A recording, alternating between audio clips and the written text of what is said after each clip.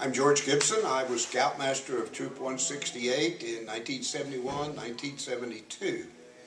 We moved to Oklahoma City in the summer of 1969. Our son became a scout in the fall of 1969, and we began to progress through the scouting ranks. This was a great troop at that time, did a lot of hiking, and camping. That part we liked very much. As he progressed along in his awards, I decided to become Scoutmaster to work with him in his Life Eagle Scout thing. He is an Eagle Scout with 3 palms. We has 36 merit badges, and is a doctor today in Georgia. Left Oklahoma, unfortunately. We decided to become canoeist. So we bought 8 canoes, and the boys started canoeing in Missouri, in Arkansas. We did the Mulberry. We did the Little River down in southeast Oklahoma. It was a parade almost when we left here with all the canoes and all of the people.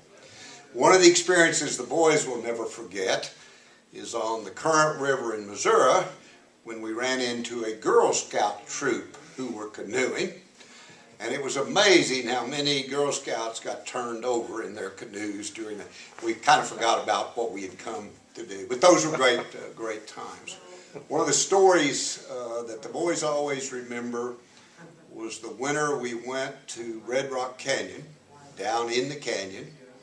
An ice storm came that night, froze all of the tents, cars, everything to the ground. Couldn't get cars from Oklahoma City out there. Finally walked out of there, walked up to the road, carrying whatever we could. Parents picked us up there, and we had to wait until Wednesday to go back and get our gear. For some reason, that always will stand out in the boys the day we got iced in. A lot of other experiences, including the National Jamboree in 1973. We left here with a busload of boys and stayed at the Air Force Academy the first night. We then stayed at an Air Force base in Idaho, went on the Jamboree, went up into Canada, and came back with 40-some boys, all of whom became Eagle Scout. Great experience, met a lot of cool people there. Philmont is also one of our highlights. We went to Philmont, hiked all over it for the 8 or 9 days, whatever we were out there. But then canoeing became what we did mostly, and the boys still would love to go canoeing. All of us are getting a little old to get in and out of canoes now, but maybe we can do that. Yeah, that's terrific. The wooden benches in the scout room, those come about during your tenure? The wooden benches did. We had boys sitting on chairs and the floor, and finally said, you know, why don't we build benches? Gordon Brown has quite a workshop, lives near here. His son Van. Well, Paul had been in the Scouts before. Van was in at that time.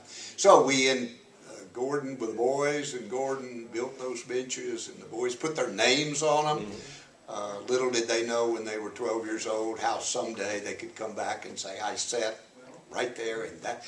I'm surprised the benches are still in good shape. We obviously built them pretty sturdy. They are pretty sturdy. We've had to repair a little bit every now and then, but they've held up very well. We built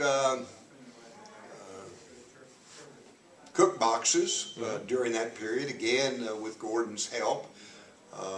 My son remembers they weighed about 250 pounds before we ever put anything in them.